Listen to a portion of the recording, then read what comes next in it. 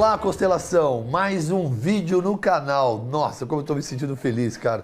De verdade, cada vez mais habituado nessa plataforma, que confesso, é uma grande novidade e um grande desafio para o tiozão aqui. Mas eu topo o desafio, tô nela. Quero falar com você hoje sobre jejum intermitente. Você já quebrou hoje o seu jejum tomando água, limão e gratidão?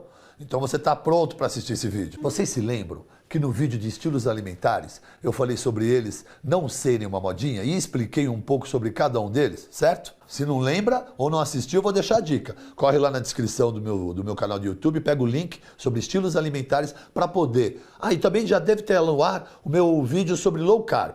Sobre estilos alimentares e low carb, acho importante você assistir esse vídeo para poder estar comigo aqui agora. Mas, continuando, quero falar com você que ainda tem dúvidas sobre o jejum. Quero tirar suas dúvidas e deixar você se sentindo confortável e seguro.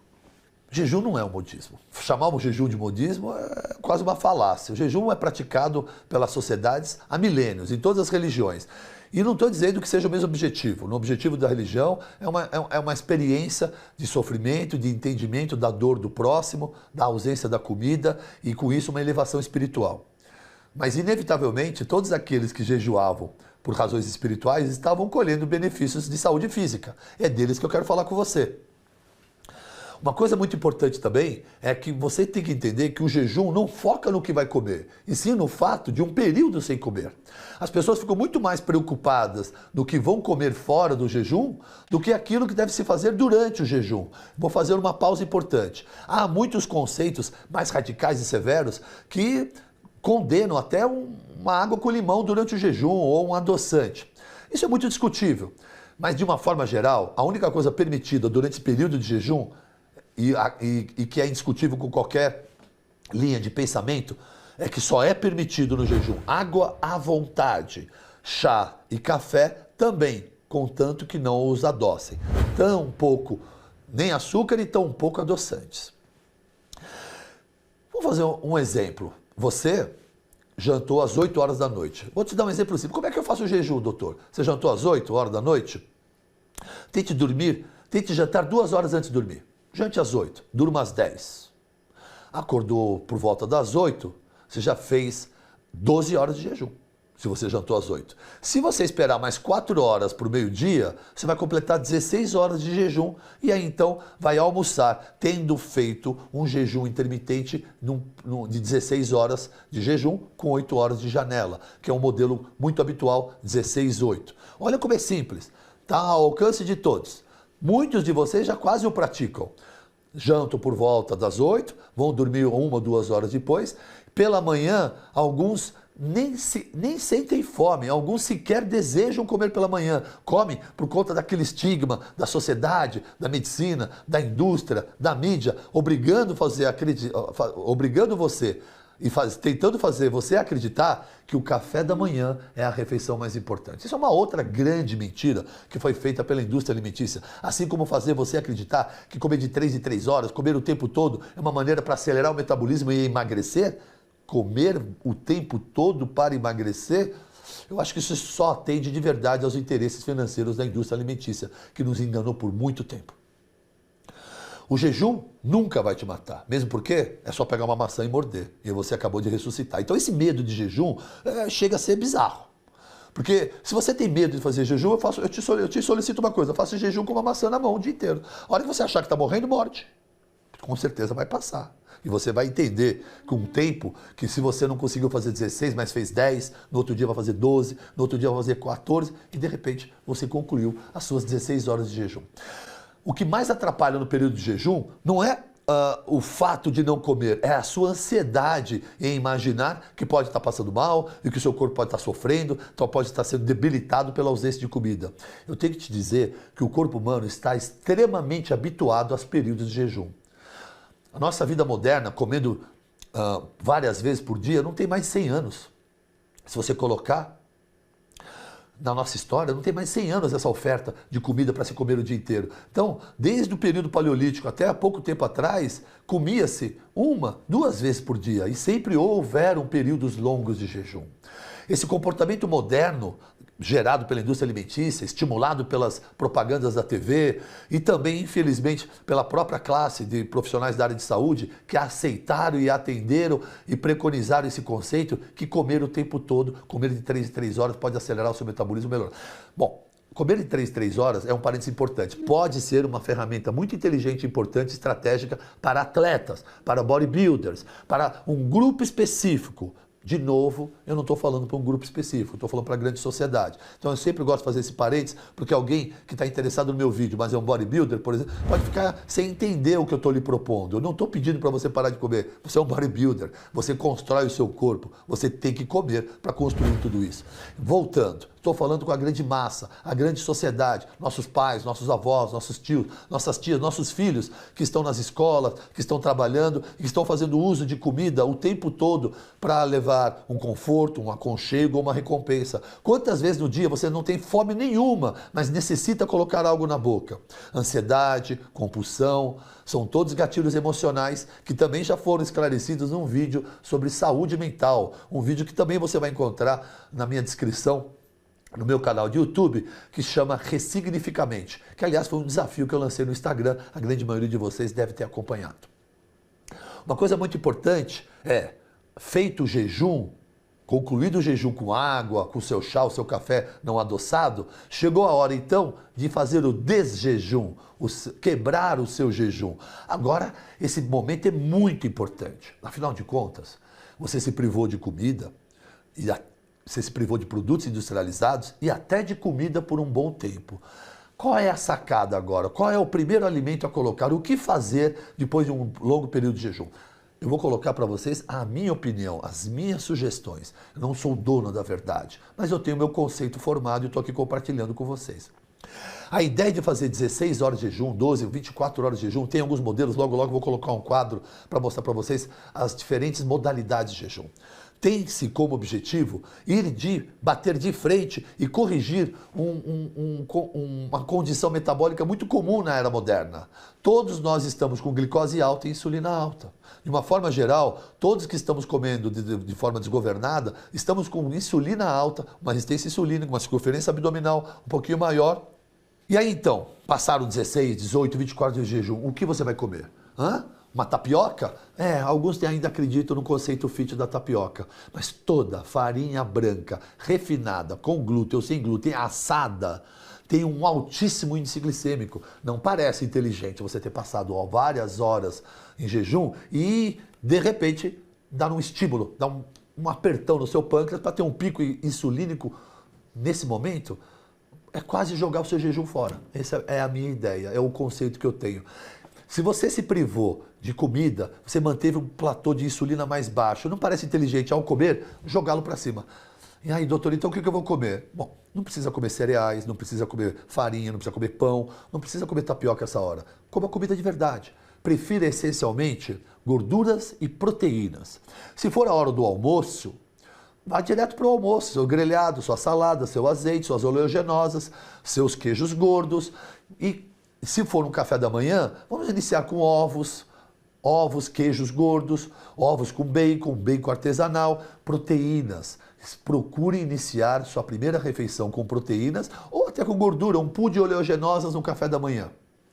Com isso, você vai manter uma insulina baixa e vai ter uma saciedade prolongada, porque a gordura e a proteína são muito mais sacietogênicas do que o açúcar e o carboidrato. E assim você continua ainda por horas mantendo sua insulina baixa. Isso é importante porque logo eu vou descrever para vocês os benefícios do jejum. E estrategicamente manter a insulina baixa faz parte desse projeto. E para isso é importante não ingerir, não estou proibindo carboidratos, mas logo depois do jejum não é inteligente iniciar uma grande quantidade de açúcar. Agora, a grande dica que eu dou quando você for quebrar o jejum é, antes de mais nada, tentar emocionalmente, espiritualmente, agradecer a sua saúde por ter conseguido executar o seu jejum. E aí, então, que tal iniciar com um copo d'água, limão e muita gratidão? Bom, a gratidão, eu já falei para vocês no vídeo do Ressignificamente, mas a água com limão tem um impacto importante nesse momento. O limão, que é uma fruta cítrica, em contato com a nossa mucosa, se torna um alimento extremamente alcalino. Vocês têm noção de alcalinidade pH 7 é o pH neutro. Quanto mais alto que pH 7 é alcalino. Quanto mais baixo que pH 7 é ácido. Então, essa substância alcalina em contato no seu estômago vai gerar uma resposta chamada sistema tampão. O seu estômago, ao receber uma grande quantidade de substância alcalina ou uma grande alcalinidade, vai provocar uma produção de ácido gástrico. Sabe o que a gente está fazendo nesse momento? Preparando o seu estômago para receber o seu alimento. Estou ativando o seu estômago a produzir ácido gástrico para que um dos processos da digestão seja bem executado. O primeiro é a mastigação. Eu acho que o primeiro são os olhos, né? E o olfato. A gente já começa a comer com os olhos e com o olfato. Nessa expectativa olfativa e visual, nós já começamos a estimular receptores e a secreção gástrica. Ao tomar a água com limão, acabei de preparar o meu estômago com bastante ácido clorídrico, cloridrato de betaína, para receber o alimento. E com isso você vai ter, então, a sua primeira refeição de baixa glicose, de baixo açúcar, com baixo impacto no seu pâncreas, de baixa insulina, de grande saciedade por ter gordura e proteínas, e tendo tomado água com limão, uma fácil e rápida e boa digestão gástrica. Essa é a minha dica pessoal a todos aqueles que estiverem exercendo o jejum, que a primeira refeição, especialmente a primeira, tem um impacto muito importante. É lógico que se você tem o objetivo de usar o jejum para emagrecer, as demais refeições devem manter um estilo low carb. O jejum não emagrece. O jejum tem outras finalidades, até mais nobres do que o emagrecimento. Mas o jejum pode lhe ajudar a emagrecer se, durante a janela de ingesta, você estiver fazendo algum modelo alimentar que lhe proporcione essa condição. E sem dúvida nenhuma, a gente vai para alguma daquelas dietas que estão associadas ao estilo low carb, como slow carb, low carb, paleolítica ou até cetogênica. Se você associar baixa ingesta de carbo, alta ingesta de gordura, junto com o seu jejum, aquele processo de baixa insulina, cérebro, queima gordura, gera energia, vai ser prolongado, além do jejum, pelo período de ingesta enquanto você estiver fazendo low carb. Mas se o seu objetivo não é emagrecer, mas obter os benefícios de saúde que o jejum pode lhe proporcionar, então nós estamos prontos agora para falar sobre isso, sobre os benefícios do jejum.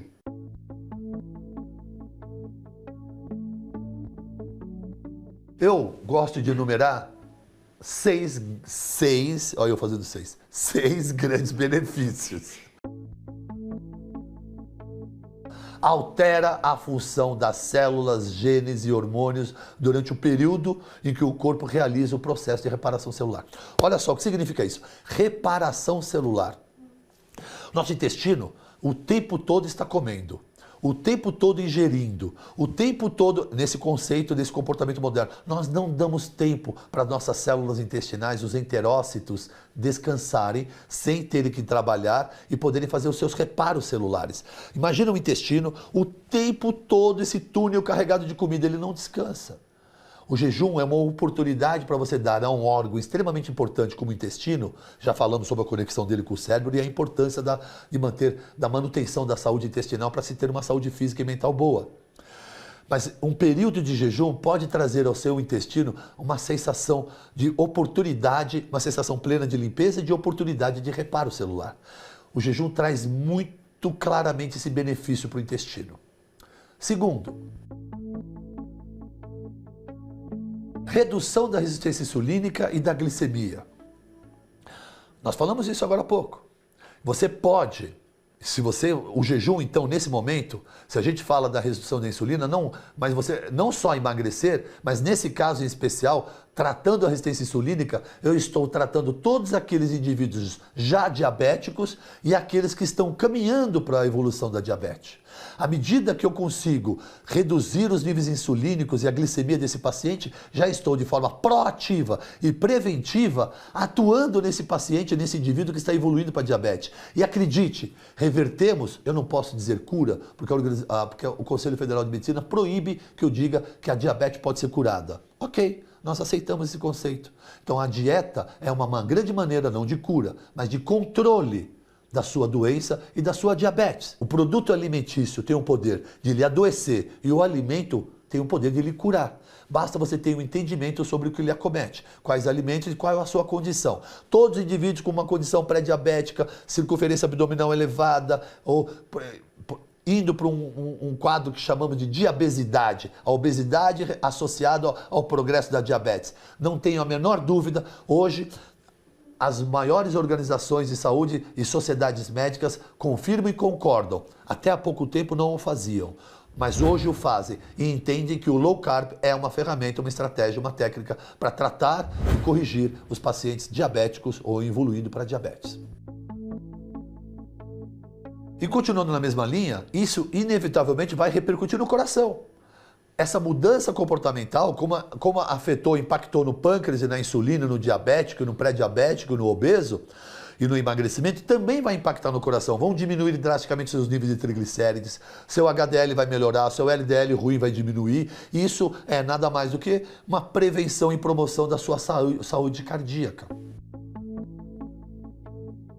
Há também um ponto extremamente importante que, na minha visão, é o que definitivamente faz o jejum. Aliás, é a razão pela qual, há 3 anos atrás, um cientista do Japão ganhou o prêmio Nobel defendendo o seu tema de longevidade a partir da autofagia que o jejum gerava. Ele defendeu a tese que o jejum gerava longevidade. A razão pela qual e a maneira com que ele defendeu a sua tese foi explicando o processo de autofagia, que é extremamente aumentado e elevado quando estamos submetidos ao jejum. Eu vou explicar melhor. Todas as nossas células, elas têm umas características comuns: membrana, núcleo, citoplasma e algumas proteínas dentro das nossas células. De maneira variada e diferentes, todas se comportam de maneira similar.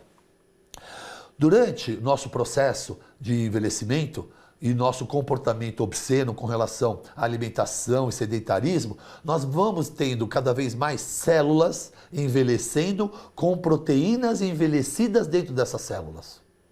E esse comportamento gera a você uma falta de agilidade e capacidade de se defender, e essas células envelhecidas vão se envelhecendo e pode, no futuro, se tornar uma doença crônico-degenerativa. Um erro de comportamento de mutação nessa célula, nessa proteína, pode gerar um câncer, uma doença crônico-degenerativa e tantas outras mais. O jejum prolongado provoca uma situação completamente oposta a essa. À medida que estamos jejuando, o corpo entra num processo metabólico mais acelerado e começa a fazer uma faxina celular, começa a fazer um checklist. Ele começa a pegar a célula e observar como é que está um componente interno e descobre toda e qualquer célula ou proteína envelhecida dentro do citoplasma e vai fazer a autofagia. Ela vai explodir e vai digerir e vai expulsar da célula aquela proteína envelhecida que poderia no futuro ser uma causa de adoecimento. Ou seja, o jejum aumenta a autofagia, que com isso faz uma faxina e uma limpeza celular, mantendo a integridade da nossa saúde e do nosso metabolismo, consequentemente nos levando a uma longevidade maior, a uma saúde longeva. E o que dizer dos benefícios do jejum sobre a nossa saúde mental? Você sabia que o jejum pode aumentar o crescimento de novos neurônios e proteger o cérebro contra danos? Então, ajudar no manejo de doenças neurodegenerativas, e muitos estudos vêm apontando que a prática do jejum está ajudando a proteger o cérebro de doenças como Alzheimer e contribuir para a melhora de sintomas da saúde física e mental. Bom, esse foi um vídeo sobre jejum intermitente, uma estratégia alimentar que pode lhe ajudar a emagrecer ou não, se esse fosse o objetivo, mas que pode estar presente em todos os estilos alimentares associados. Algo que ainda vou abordar mais em outros vídeos aqui no YouTube com vocês logo mais. Continuem acompanhando, solicito que vocês se inscrevam no meu canal de YouTube para que possam receber todas as notificações e acompanhar essa série de vídeos que estou fazendo com vocês. Estou muito feliz concluindo mais um vídeo com vocês. E não se esqueçam, por favor, deixem seus comentários, solicitações, sugestões e questionamentos. Estou louco para interagir com vocês aqui. Gratidão, constelação!